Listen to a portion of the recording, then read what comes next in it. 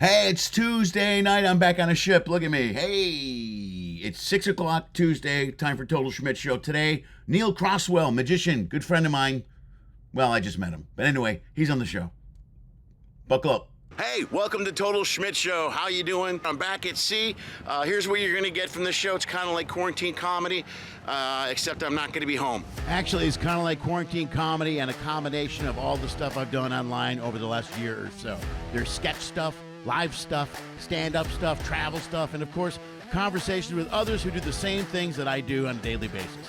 That's it. That's the whole show. And I'm going to record it all and put it on the intraweb.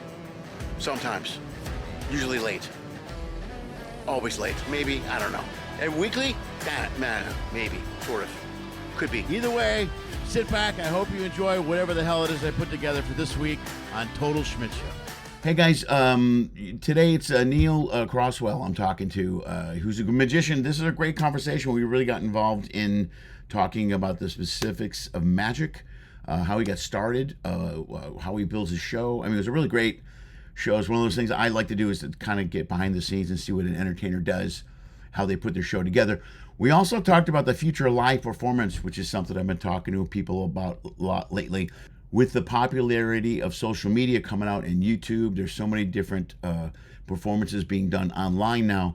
I've always been curious or wondered how that was going to affect live performing moving forward, whether or not people were going to try to learn the art form of performing live and continuing that forward.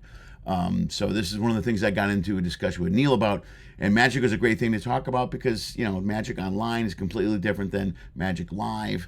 Also, live performance is no room for error. This is a really great conversation. I dug it. So, like I said, like the video. Wait, like the video. Wait, like the video. Do whatever. Just subscribe to the channel, like the video, give it a thumbs up for me. Also, my socials are up there.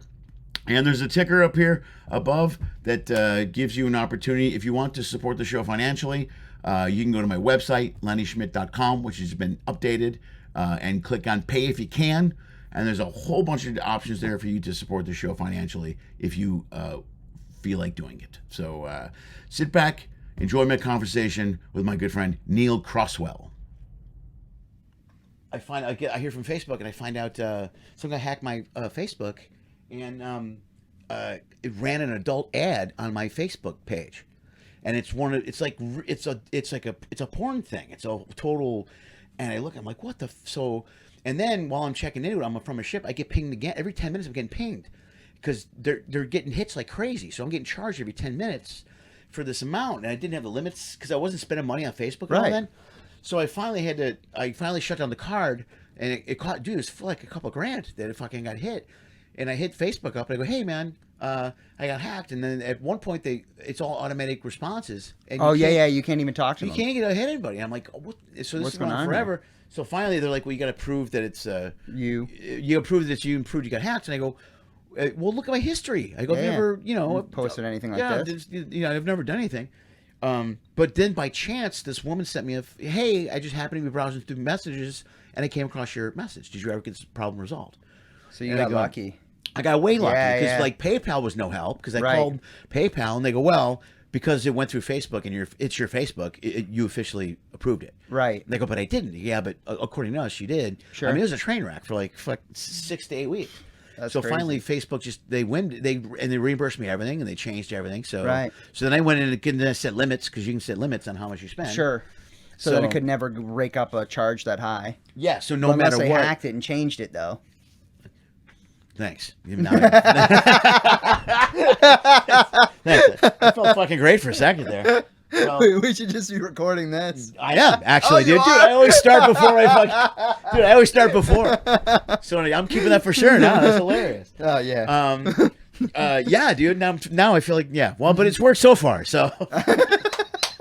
So hopefully nobody fucking. I'm gonna delete that out of the video. I'm gonna watch that and go. I'm gonna hack his Facebook and run a fucking ad. Somebody's gonna. Neil found a fucking loophole. This. Yeah, Neil found a loophole. Well, since you are recording, here's one for you. Okay. Grab my water. Oh yeah, do your thing, man. Yeah, dude. That's hilarious. I tell everybody the same thing. Over there, dude. I tell everybody the same thing, dude. We talk about fucking whatever, man. You know what I mean? On the show, I don't have Yeah. to. It's not an interview. We just talk. I usually start with how what do you do, how you're on ships, and it just goes to wherever you're going to do. So, Sure. So now we're working together on the Norwegian getaway. We're on Yeah, getaway, the right? getaway. It's On the hard to getaway. keep track sometimes. Dude, where it's you really are, hard, right? dude. They all I kinda- screw up, kinda especially blend. when you do it like we do, because we do like a couple weeks at a time. You Yeah, know? and then you just go from one ship to the other, and then especially on these big ships, they all look pretty much the same. Right. Right. Yeah, So the it's- classes, you know what I mean? You get a Yeah. little messed up. You're like, fuck, where am I? I totally Yeah. forgot. Yeah. And I forgot where I was 2 weeks ago. And you know what saves my 2 name tags saved my ass too big time, dude, because Oh yeah, that's true. like the crew, like I feel bad sometimes I don't remember the crew. They'll go, hey Lenny, I'm like, oh hey, Hey, what's up? And you know, like I don't. I actually made a habit, like if I know I'm going back to the same ship, it's like for me, for the backstage guys and the techs and everything, I make a little note and I write everybody's name down. So when I come back, it's like, oh, hey, Anna, or hey. Yeah, no, I do it on my know? phone, bro. Same Yeah, thing. yeah, I got same thing. I have a file called names and Right. everything. I got everything from my apartment building to Yeah, like sure. a place where I go and hang out and watch football. Like, oh, I'm gonna see Chuck, and you know what I mean. Yeah, So no. because I'll just forget, dude. Yeah. And then also, too, though, like even sometimes, even if you have worked with them before, you see them and like you don't even really remember them sometimes. You ever had that happen? Yeah. Where Yeah. it's like, oh, yeah, we worked together. It's like, oh, yeah, you kind of look familiar. Yeah, in fact, I was just on the Valor, the Carnival Valor, Uh-huh. and there's a guy there who I know. And the problem was there was a while I was on the Imagination a lot, Uh-huh. and I obviously hung out with him a lot, and Sure. I didn't remember right when I saw him, and he was kind of shocked, and I was like, oh. And then after a while, I kind of remembered him, Sure. but I felt like an ass. I'm like, oh, No, me too. man. Even a few weeks ago on a Princess ship, I was working in one of the lounges there, the Explorers Lounge or whatever it was, Right. Vista. And the guy's like, "Oh, I think we've worked before," and I was like, "Oh yeah, you look familiar." Yeah. Kind of just played it off, but I did remember him after we started Right. working together. It just took a second. Dude, well, that's why I throw around dude and brother and Uh-huh. lady and Oh, yeah. buddy and pal, and you Sure. know, I do that shit a lot, man. Yeah. But you know what helps me a lot too is like if I see someone's act. Right. You know what I mean? Like with comics for sure. I go, oh shit, I remember this guy, the bit. That helps. Yeah, it that helps big a time. lot. So, And I've actually the reverse has happened to me where I've met like a lighting tech and I'm like, hey, do we work together on the whatever the Norwegian Sky or whatever? And the guy's like, oh, maybe. He's like, I work with a lot of acts. And then he saw my act. He's like, we definitely work together, right. right? Which kind of sucks that my act wasn't that memorable Yeah. until he saw it. I'm like, oh damn it, man. Yeah, I've had that happen to a guy once where I swear to this day, I think I remember this guy. Right. And he swore he didn't know me. So almost to the point where I thought he was trying to hide something. You know Right. what I mean? Where I thought, oh, maybe I shouldn't be saying out loud Right, that he was right. in Illinois at this time. Sure. You know what I mean? In my case, I remember what it was that like over COVID, I like grew my hair out a little bit and my facial hair and stuff. So when he saw me, I didn't look like the same guy. Yeah. But then when he saw You my remember act, you as an old homeless guy. yeah, right. And then when he saw my act, he's like, "Oh yeah, Yeah. this is definitely Oh, right on. definitely the guy." Right. Yeah.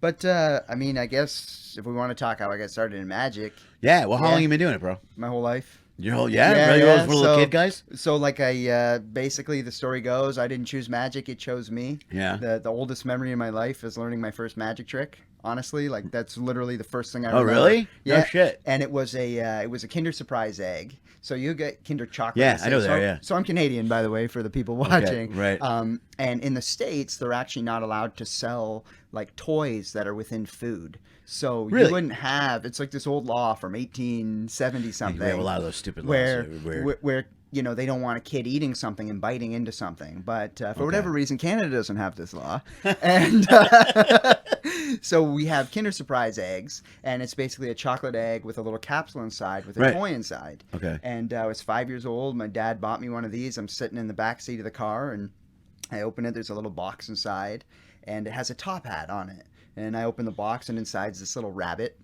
And I put the rabbit inside the box, and I close the box. I open it up, and the rabbit was gone. And I remember like being surprised, like I tricked myself, right? You pulled your first. Yeah, your I pulled my first trick your on first myself. subject. Yeah, right. And I remember looking around the car and like under the seat trying to find where this rabbit went. And I asked my dad about it after we got home, and he read the little instructions that came in it, and we realized that it was in a secret compartment in the Okay. back of the box. And by some luck, I just hit the button that locked it back there. All right. And I always remember this feeling of where did this rabbit go? Right. And because I legitimately, it was magic. Right. And, I asked my dad, do you know any tricks? And he knew one card trick. Like my family has nothing to do with show business. Like my dad's a mechanical engineer, mom's a high school teacher. I'm the first person in my family to have anything to do with show business or anything like that. But he knew one card trick. He taught me the card trick, and first grade talent show, I did the card trick, and my first performance, I screwed up. Oh, really? Trick didn't work. Totally. I counted, whatever it was, I counted one card too many. And when I counted one card too many, it threw the whole mathematical equation off, and I got the wrong card. Okay. But my teacher actually said, no, you've got to do this again. You've got to go. You got to find it in you to go back out there and take this from the top. Right. And I went That's out. a cool lesson, though. That's and good. I did it. And Miss McCowan, I actually messaged her like years later to thank her for doing that for me, to sending me back out there. And Yeah. Because who knows? Yeah. Right. Who Right. knows Right. If it didn't So go it worked well. the second time around? Maybe, yeah, it did, and it went great, and whatever was a little anticlimactic, but Yeah. Yeah, but you saved a little bit of face, you know what I mean? And then you're like, yeah. and it gave me the confidence Sure. to keep doing it, right? And a lot of things have changed now with YouTube and the internet and that, but when I was learning, really, the only way to learn was I was going to libraries and just taking out library books and Right. stuff like that, and I was that's forgetting the old to school return research. them. Oh, were yeah, you? I was forgetting to return the books. Oh, that's and good. So you got one of those overdue But- libraries for but like 25 years? It wasn't. Actually, the funny thing is, it wasn't that I didn't want to return, like, because I took photocopies of everything, and like I had notes and everything written down. The reason I was keeping the books is I didn't want other people to have the secrets.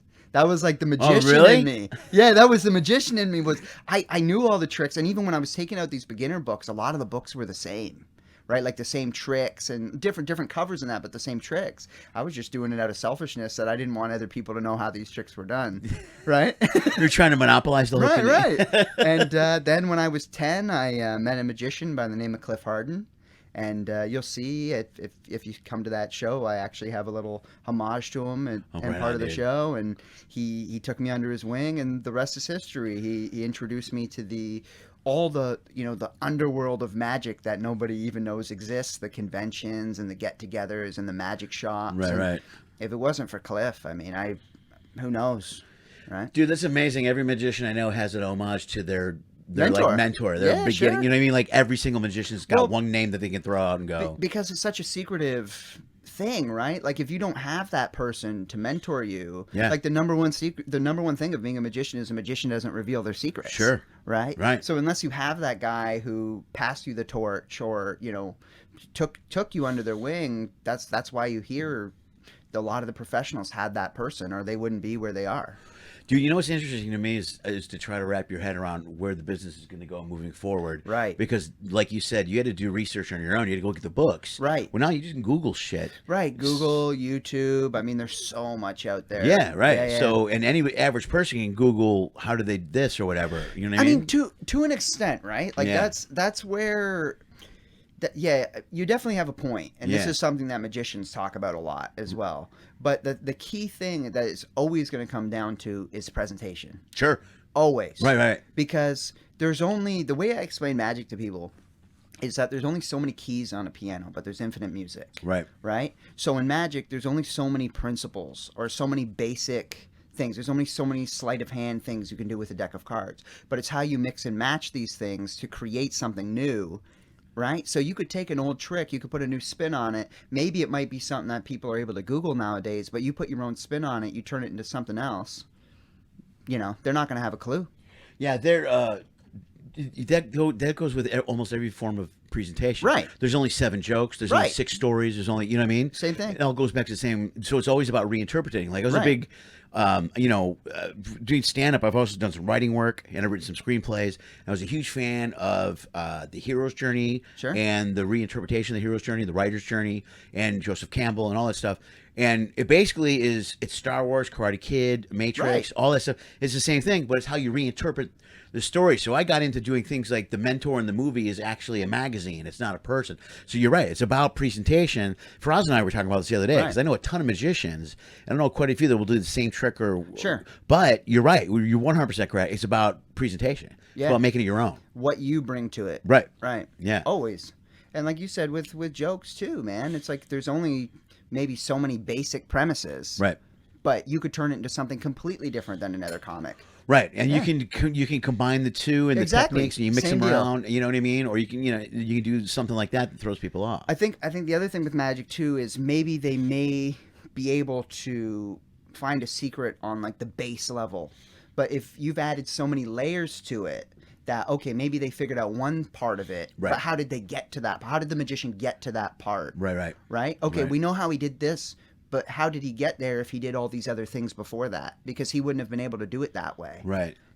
If Yeah. it kind of makes sense? Yeah, it does. But also another thing I think about, because I think about it from the stand-up point too, because social media and internet has changed stand-up so much, especially Right. in the last 8 to 10 years, even less. Absolutely. Because of all these, if you go on Facebook, you can see 100 comics. Right. Like that. Just flick. Yeah. And the thing is, they have one joke, maybe two jokes. Right. How does that translate to an hour show? So my question is, like, especially with comics, I notice with young comics a lot, I wonder, especially magicians, because, like, if you're a comic and you try, I always talk about this, if you're a comic, you work on a new bit and you try it, it doesn't do well, you can just drop it and move to something else. Right. But if you're a magician and you're doing a new trick, you got to ride it out. Oh, yeah. And you got to be committed. So I'm wondering if the younger generation people will be committed enough to really learn the art form to do it correctly, performance-wise. Yeah, this could get really deep actually. Right. And it's not knocking the new generation at all, because this is all they know. It's right. And it's something totally different where I just missed that generation. Like literally I was right on the cusp of right in between. And even all my magic buddies growing up, I was always the youngest. Okay. So my mentality is still kind of not old school, but definitely more than the new generation coming up. Right. And I was still lucky that I had the opportunities, and like conventions, for example, when I was starting off in the magic convention circuit and doing the competitions, this gave me an opportunity to actually get up in front of an audience and perform. Right. Now these conventions, they're online conventions, so people are just performing through the online medium, which is a totally different art form, right? Yeah, you're right. And I don't want to knock it because there are some people that do some incredible online stuff, but there's a big difference between performing to a camera and performing in front of an audience. Agreed. And the same thing goes is, for them, if you put them in front of an audience, maybe they've never even had the opportunity to be in front of an audience. They might have millions of views online. Right. And, but maybe maybe they don't want that. Maybe that's right. Maybe that's their thing. Maybe they just want to be known it's online. a different market now. Right. You know what I mean? It's a totally different thing. Maybe they don't want to perform in front of an audience.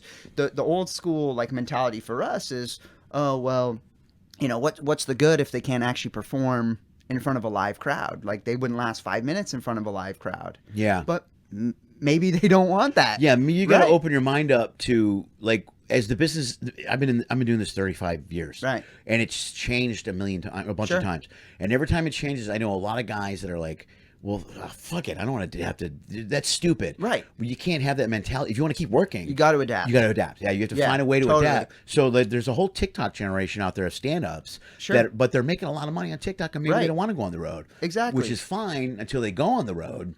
They don't do well, Yeah. and then people are disappointed, and then they complain about how this. I mean, it goes both ways. I got you. Because especially for people watching, there's an expectation too. Sure. That eventually, hey, maybe we will see this guy live. Sure. And they haven't been able to work up the chops or have the road time, have the stage Well, it's time. a huge problem with the comics. Yeah. Because doing a 2 to 3 minute, same thing with magic. Right. 2 to 3 minute video is different than doing an hour-long show. Easy. You got to hold a room for an hour. huge You hold a difference. room for an hour, bro. Right. You got X amount of tricks, X amount of Right. whatever, and you got to be able to move. And it doesn't happen overnight. Yeah, and you get tough crowds, you got good crowds, you got Always, yeah. Sometimes you have a bunch of people that are there to see you, Right. And the situation we're in this week is they're not really. Yeah, they're they're there just to see a cruising. show, Right. You know what I mean? So they're to see a magician, Right. So now, I mean, the good thing is that we have captured your audience, which Sure. is one thing that's great for both of us.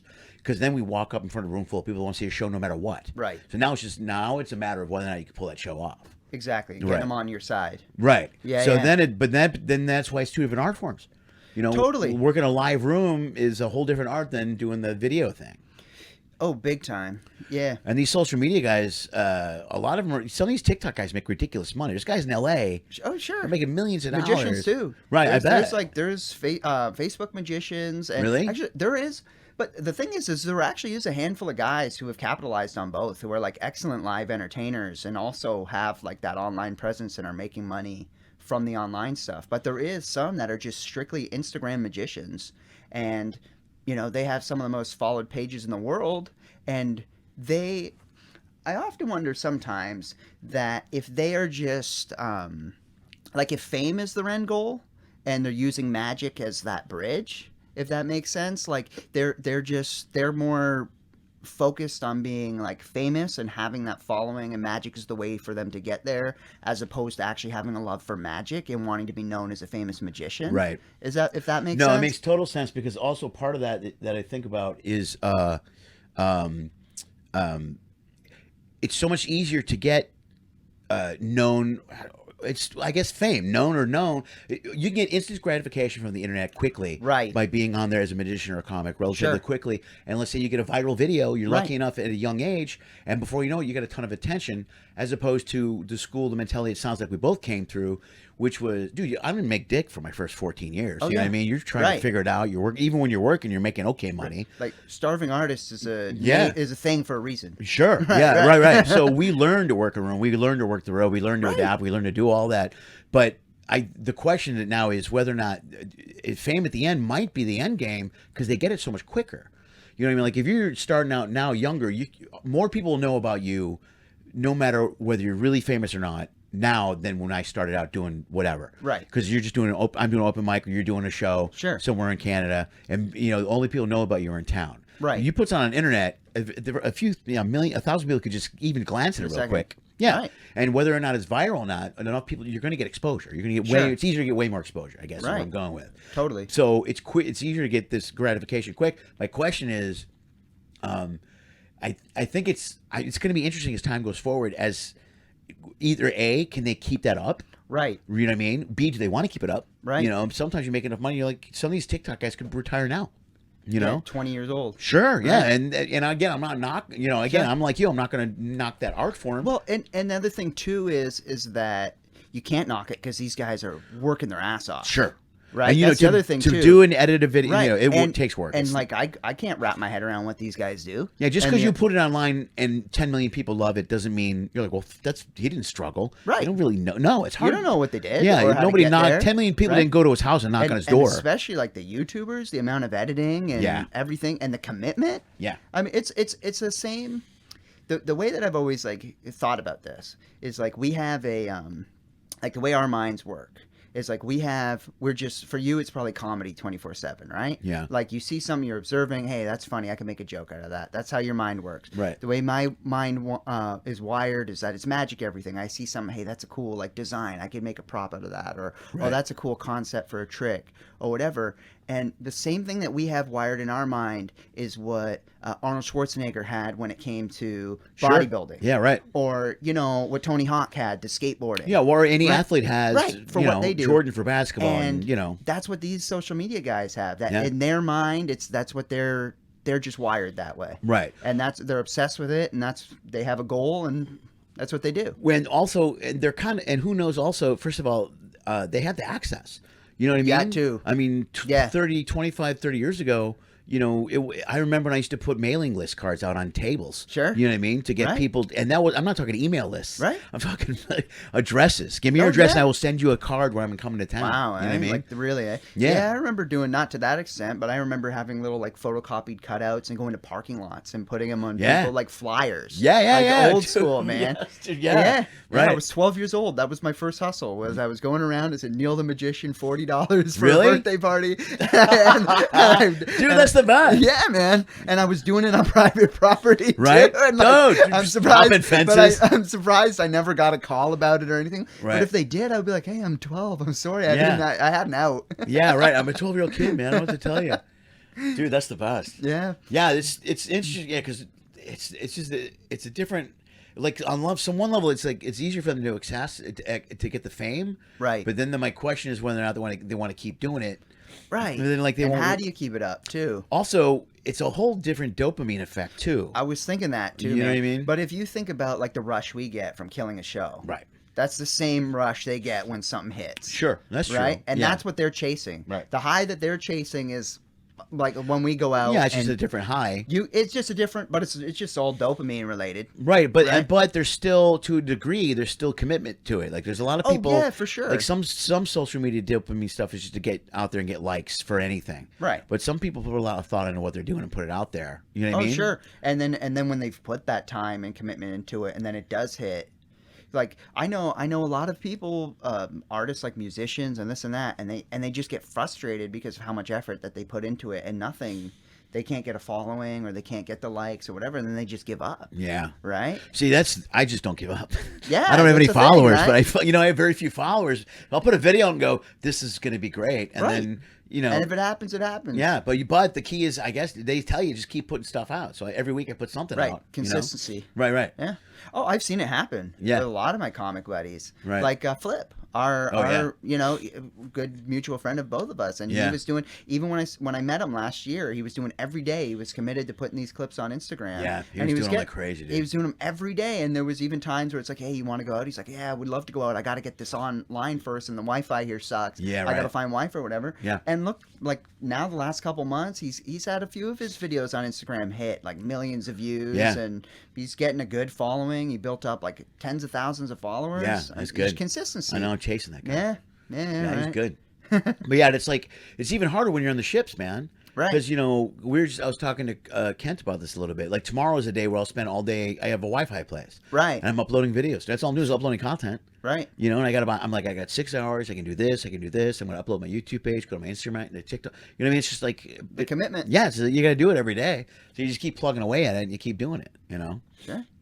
It's interesting. It's wild. But I worry. I think about live performance moving forward, though. You know what I mean? It's going to be interesting. Yeah. Because even for me, I remember having this conversation with like comics years ago. So I've been out on the ships for 8 years. And when I started, I guess I was like early 22, 23 years old. And I remember comics even having this conversation with some guys and then being like, even not so much for comedy, but for like the variety entertainer, that there's not really a place to suck anymore. Right. There's not like for comics, there's still open mics in that. Yeah, but by the time you're here, man, you got to deliver. And that's the thing. Right. And there's no real in between anymore. Right. Right. Like a lot of really the hustle starting out in magic, you talk to anybody, it's either going to be close-up magic at a restaurant where you're going around, you're entertaining people while they're waiting for their food. Sure. Or you're doing birthday parties when you start out, if you like entertaining for kids. And then maybe you move up to corporate events and you're either entertaining like adult corporate events or you're doing close-up magic. There's no, like anything in show business, there's no real road to where you want to get, but especially magic or as a variety performer, to get from there to being on a cruise ship and needing to deliver every show, there's no real in between. Yeah, right. Yeah. Like, even the table guys Yeah. here, they'll do the brunches and stuff. Right. They gotta be On good. some of the ships. Oh, yeah. They can't. There's no. They gotta deliver. There's no maybes. You know what I Right. mean?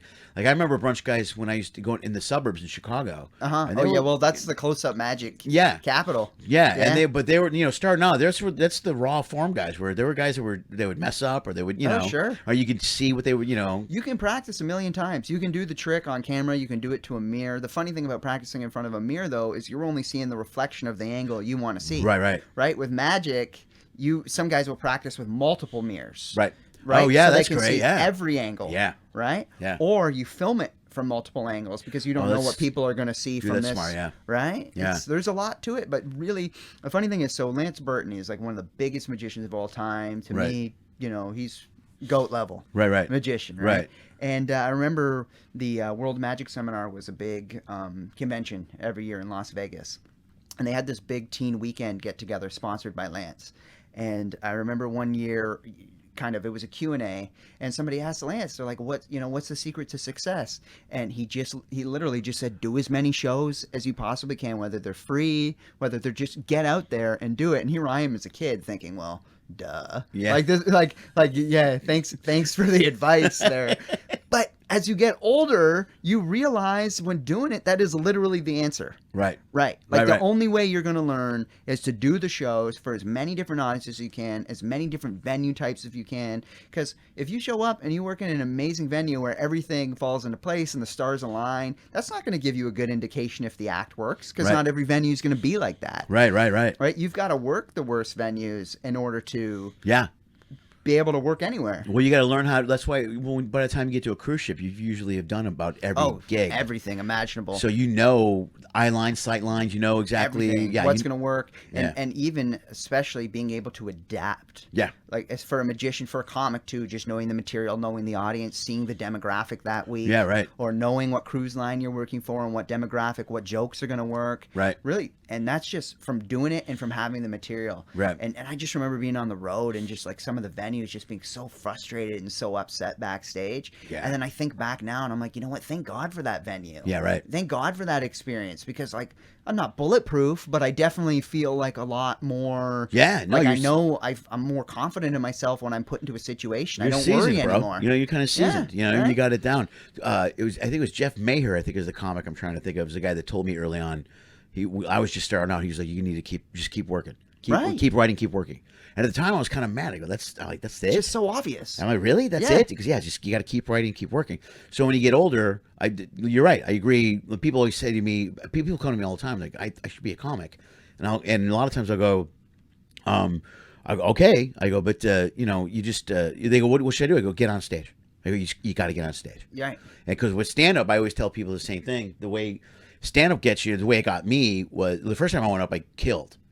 Then I sucked for 2 weeks. I couldn't fucking buy a laugh. And I'm like, but if you go up and you suck and you one of two things happen. One is you go, well, I'm never doing that again. Sure. Or you go, I'm gonna fix that. Right. So, and that's how stand-up gets you. So that's, you keep going back. So I would eat it and go back and eat it and go back and eat it and go back. I just kept going back. You know what I mean? So I finally learned, and I would play the toughest rooms I could find in LA. Right. And just the toughest gigs. Just and, to test your chops. Yeah, just to make sure that I could handle, a tough situation. Yeah. So like, I think I mentioned to you, we were talking the other day, I was on the Valor last week with this guy that was a magician. Right. And he's a table guy, and they gave him an opportunity to do a show once a week in the club. Right. And I go, dude, you have no idea how lucky you are. That's a great opportunity On a cruise for him. ship. Yeah, to just give you a chance. I go, you should. So we watched a show, and I'm not a magician, but I've seen enough live shows where afterwards I was talking to him and stuff, and I was like, I go, there's a couple of trips. It's a tough room. And we mentioned, the wide angle thing. I go, you got to be aware, people see you doing these two things, these three things. Right. I go, so you're losing 45% of the crowd knows what you did. You know what I mean? So you got it's either not good odds. either for a drop magic it, show. right. Right. It's almost half the people, because the front is only it's deep room, but it's thin, Right. but it's really wide right and left. So I go, you need either A, find another way, find a way to make that trick work, or drop the trick and do something else. Exactly. Right. And some people wouldn't have the material even to drop the thing. And of course they're going to take the opportunity to do that, because that's the stage time we're talking about take any opportunity. I'm not sure the cruise ship is really the right place to be doing that. Right. But at least he had the opportunity to do it. Right. And we'll learn from that experience, knowing that the wide angle room doesn't work for those things. And he was lucky, dude. They put him, it was a good situation, but a tough one, because it was an 11:30 show. Oh, wow. And a port day. Yeah. And, but the room was packed every night. And I was like, dude, this is really cool. Yeah, to get in front of a full room. Yeah, I go, because he's trying to get to the point, where you are, and I go, dude, you got to go up there. You should tape yourself every week. You should pay attention, Even to this day, I tape as much as I can. Right. Like, I've watched the same things over thousands and thousands of times. Right. But it's like, hey, you never know what could happen in a show either, too. Like, especially comedy. Like, I bet you the amount of times somebody yelled something out or made a joke or, like, turned the situation into something that was hilarious. And you're like, yo, I'm going to keep this. Yeah. Except next time, I'm going to make this seem like it happened organically. Yeah, no, I tape every show, bro. Exactly. Same thing. Like, every live show, even for both of us, is the same thing. Every live show is its own thing. Sure. And you got to ride you can't kind of force it down a crowd's audience. You got to ride what they give you. Exactly. I mean, you're guiding it, because especially you got a little more guidelines. You got to keep people in a certain lane. Oh, yeah, sure. And also things, too, where I might try something a little differently one night, and then I'll watch it back and I'll compare them and be like, okay, that worked better or that didn't work better. Usually the thing, too, is like about just doing shows and doing everything, too, and I'm sure that you can attest to this as well, is that if you go out there with a new joke or a new bit, at least... you're not just going out there blind. Mm-hmm. Like, if the joke's going to hit or not, at least to some extent. Right. Then how do you refine it, right? Right. Like, people are always like, how do you put a new thing in? Like, you just put it in cold? Like, you just go out there and you do it? Like, well, I'm experienced enough to know if it's going to work or not. Right. It's just, I got to get it out there. Right. And I've got to refine this thing. Right. And sometimes you put something in and it's just not working. Right. And no matter what, you want it, like it's a selfish thing, but if it's just not working, then you gotta drop it. Yeah, right. Well, I have a rule of 3, like the third. I've heard this. If I do 3 times and it doesn't work, then I gotta either drop it. I usually give it a little more than that, unless it gets so painful where I'm like, no, I just. There's one I'm married to now that I do all the time. That sometimes it'll get one person that will laugh hysterically. And it's for you. And it's for me. And it's during the show. I think I did it this week, the Spirit Airline thing. Okay. About checking the kidney. Did you know if you saw that? I laughed. Okay. I love that joke so much. Yeah, I thought it was hilarious. Yeah, like I always get like a handful of people that laugh, and I go, man, I love that joke. It's I great. really think it's a funny It was joke. hilarious. Yeah, that was a good joke. Yeah, so I keep it. So I'm like, sometimes even if I get a handful of people laughing, I go, I think that's good enough. Well, but even though if it can give you a break where you're like, yeah, that was funny. Yeah, yeah. And then like instill that confidence in yourself, even if they didn't laugh. Right. Right.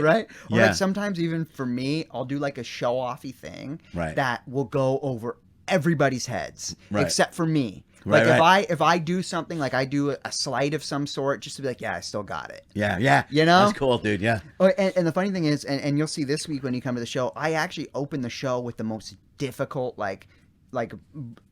handling thing, sleight of hand thing that I do in the whole show. Really? All right. And the reason I do that is because it keeps me on my toes. Yeah. Backstage, like I don't want to just go out there and be on robot mode. Right. Like yeah. I don't want, especially first thing out Dude, the that's gate. smart. Yeah, so you challenge yourself So right from the top. I challenge myself, and is it the most spectacular thing that I do in the show? No. But for me, it's the most difficult. My mind's got to be there, and I've got to be in the zone. Right. And I find I go out there, I do that first 3 minutes of card manipulation, and that sets me up for the rest of the night. And then I'm also relieved that I got the difficult part over. Sure, right. And now I can relax. Right. So I go out there in the zone, concentrating, knowing this is what I got to do. Dude, and then you're laser focused Right. after that. So That's smart. I think about that a lot in the show, and even in show structure, how I've structured the show. Right. Like that's why it's not easy putting new things in either, because you know how it is. There's ups and downs. It's Right. not just I'm not just out there. Okay, for this first trick I'm doing this. For this next trick. For this next trick. Yeah. There's an actual flow to the thing. Right, yeah. It's a show. You want it to flow as a piece, right? It's like a movie, any good movie or any good album. Right. Right. And you can't just put something new in there. Right. Because people will say, okay, well, sandwich it between two really good things. It's like, well, I agree with that, because if it sucks or it's not that great, you have the thing before it and the thing after to make up for it. Yeah. But if it doesn't work in that section of the show, it doesn't matter if it's good or not. Yeah, right. Right? Like, Right. yeah, it might be good, but if it doesn't work there, Right. there's a science to it, and we beat ourselves up about it. Well, we do. I'm in writer mode now, where I'm trying a lot of new stuff. Like Sure. I'm doing a bunch of stuff with my daughters, and I usually I'll start building it off another bit, and then I'll slowly get it big enough so it's its own bit, and then I'll move it away so smart. it stands on its Its own own thing. So then I have a flow. So I kind of segue. Like I go from my kids, they were little, or my kids live with me. Like now I do COVID. They live with me. Anna's in charge, and I just go Gotcha. from there. Now I'm doing a bit about their hippies, and they're really into astrology, and so I'm snowballing all that, and then it becomes its own bit. Gotcha. You know what I mean? No, it's genius, because it's the thing, right? It's all about segues, and it's all Yeah. about flow. Yeah, and you can't, also especially with comedy, you can't just go from, and I'm never one of the guy that goes, I gotta have a flow, like I'll make a cheat, I don't have one here, over there, that little folder. I write a cheat sheet for every show. So it's a flow, and I Gotcha. may not ever look at it when I go out Right. there, but it's in my pocket. But I have some sort of flow, so I don't never want to be, I would never want to go, so I was at the doctor yesterday, and then go to, anybody got a bulldozer or ever, Right. You know what I mean? I hate to, Unless it's like some weird unless it's style. Yeah, right. Right. And it's not my style. That's not your style. Yeah, my stuff I kind of gotcha. flows together, Not and just kind of like random thoughts. yeah, not a random Norm thing. Macdonald-y. Yeah. one Yeah, thing. there's kind of just random. Right. But it's a style. Right. There's a comic named Jackie Flynn out of Boston. Okay. He's really, really funny. And he'll do a flow thing. But he was doing a showcase one night for a cruise ship, and out of the blue he goes, "Doctors are weird, huh?" And I fell off my chair because it was so out of character for him. Right. I go, "Oh my God, what kind of Just segue jumped was right that?" into it. He's like, "I want to do the doctor bit." That's great. Yeah, it's great. But you got to have, everybody's got their own way of working with it, man. Everybody's got their own way of working new stuff in sure. or getting it in, Right. And it's, it can be really tough. It can be really frustrating too, especially when you know like a bit can work. Yeah. And you just have so much confidence in it, and you go out there and it's good, but you know it can be great. Yeah. Right. I get so mad when if I spend all day writing, Sure. and I'll go out there and it doesn't work, afterwards I'll be so mad. I'll be like, "God damn it. Yeah. What the It's that scene in Yeah. that we were talking about. We were just talking about Yeah. DiCaprio in the trailer. Stupid, Right. stupid. Slapped himself in the head. Yeah, Yeah. man. Yeah, dude, it's hilarious. So that's why I tape everything. Dude, I don't know if you do this, but I'll tape myself. I'll tape myself, and every tape I watch or listen, I'm always making the same two mistakes like all Oh, the time. really? Over yeah, and I over? talk really fast. I'm like, I go slow down, slow down. Like every tape I listen to, Right. I get so mad at myself. I'm like, would you slow down? There's- Why are you? There was a time where I was like really having trouble with that, like just talking too fast, trying to get through it, I guess. Yeah. And starting out, and then I remember I was really working on it, and I was really working on my ums and my, just the little things in between lines that are just like my brain buffering. Yeah, dude.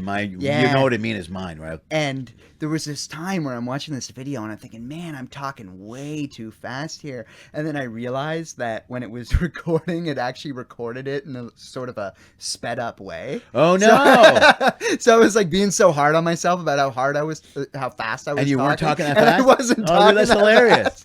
fast. A good thing you caught it, so you didn't go out the next Right. day and go even slower. Yeah. And then you're watching the tape again, going, "What the? How slow do I have to make this?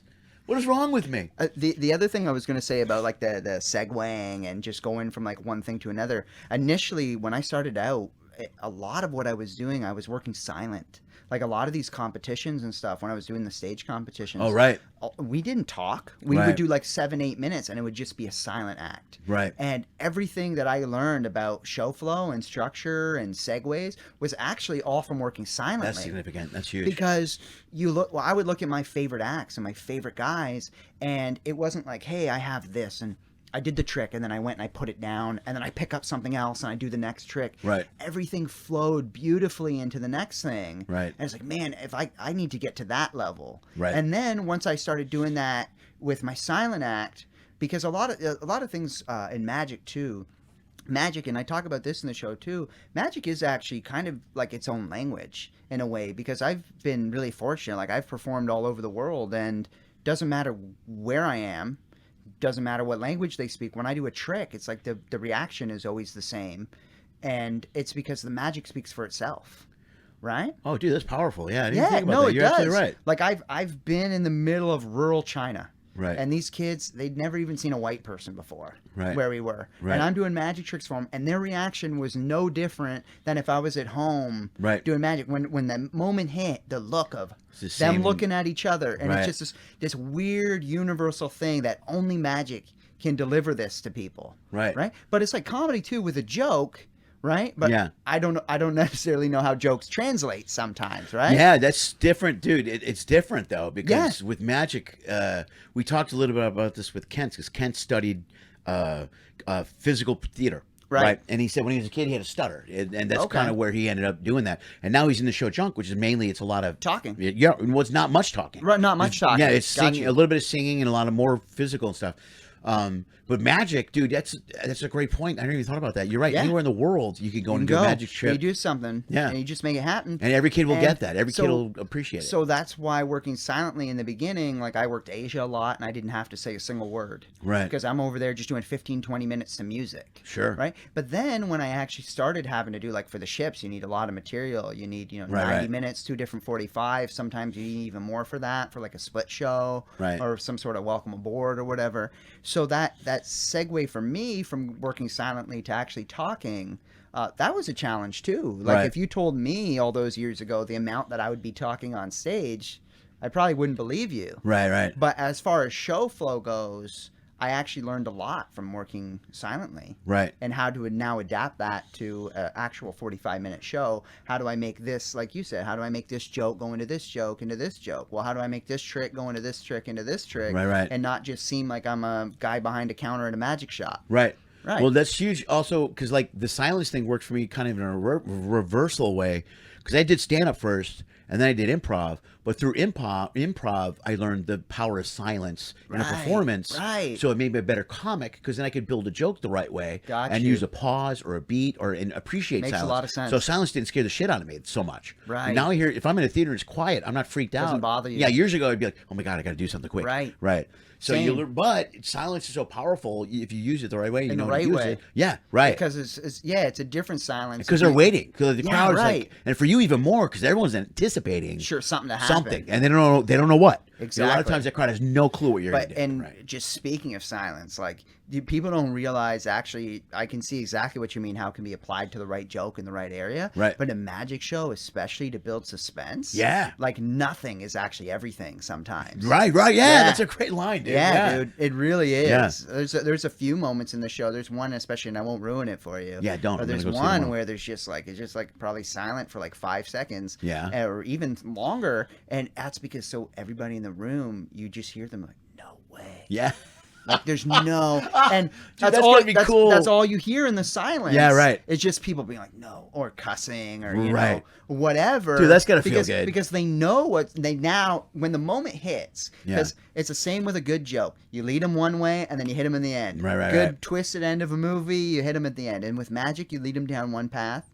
And then at the end, when you hit it and everybody realizes what's actually now about to happen, especially in this moment in the show, right. the silence is the strongest thing because they've now like, no. Yeah, it's a realization. No. You can actually feel that whole crowd. It's really cool. Yeah, that's got to be very cool. Yeah, that's the cool part. That's nice. Dude, that's the same thing with the good punchline. You know yeah, that's what I mean. One that they don't see coming, a good left turn, because if you time it right, you can almost count down the laugh. You're like, bam, 2, 3, bam. And exactly. You're like, yeah, right. People don't actually realize, because like we were talking, I don't ever work with other magicians on the ships. Like there's conventions and festivals and stuff, and I have magic buddies and that, of course. But I work with tons of comics on the ships. Right. And people don't realize actually how much crossover there is. Yeah. Because at the end of the day, it's live entertainment. Right. Right. And there's similar structure and similar ways of delivering things, but there's so much crossover between magic and comedy. Well, it goes back to what we were saying earlier, how there's only 6 stories, only so many tricks. I mean, at one point, it all comes together. Right. You know what I mean? And like you said, a good punchline is like a good twist at the end of a magic trick. Yeah. And leading them one way and then hitting them. Yeah, there's elsewhere. a great feeling when you know when you know it's coming. Yeah, when you know you got him. Yeah, right. Exactly. Gotta be like a trick. When you know you got him, you're like, this even is when gonna a be show's not going that great and you still know a bit's gonna hit. Yeah. You're like, okay, at least this is my savior. Yeah, you're like, this is gonna work. This is gonna work. Nice. Yeah. Although I've thrown a punchline out a few times where it hasn't worked, and I've looked at the crowd. Well, there's and gone, nothing worse than dude, that, though. I'm like, that's on you. I'll say that to a crowd. I'll go, that's on you. That's a good joke. That's quality work. Like I'm not, I'm not a comic by any means, but once in a while I'll think of like something clever, and I'll be like, oh, that's gonna be funny. Yeah. And I throw it in, and it's just radio silence. Dude, Yes. that hurts, man. Oh, dude. Like I know as a comic, like you're built for that. Yeah, it still hurts. No, it still hurts. Dude, there's nothing worse. It really hurts your stomach. You're like, that's why. Like I've always joked around, not really joked about it, but I'm like, one day I'm gonna find it in me just to go up there and just do 10 minutes of stand up. Just me. Like that's why I have so much respect for comedians. Like you just go out there with nothing. Right. Yeah. Right. Like it's not even a singer could go out there, but at least they have their voice. Yeah. Well, it's not really nothing because you have. Right.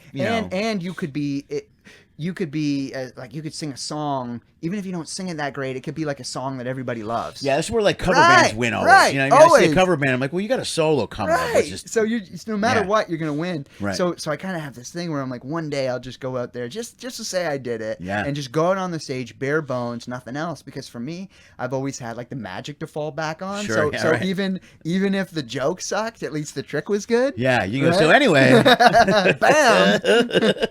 I love that. All right.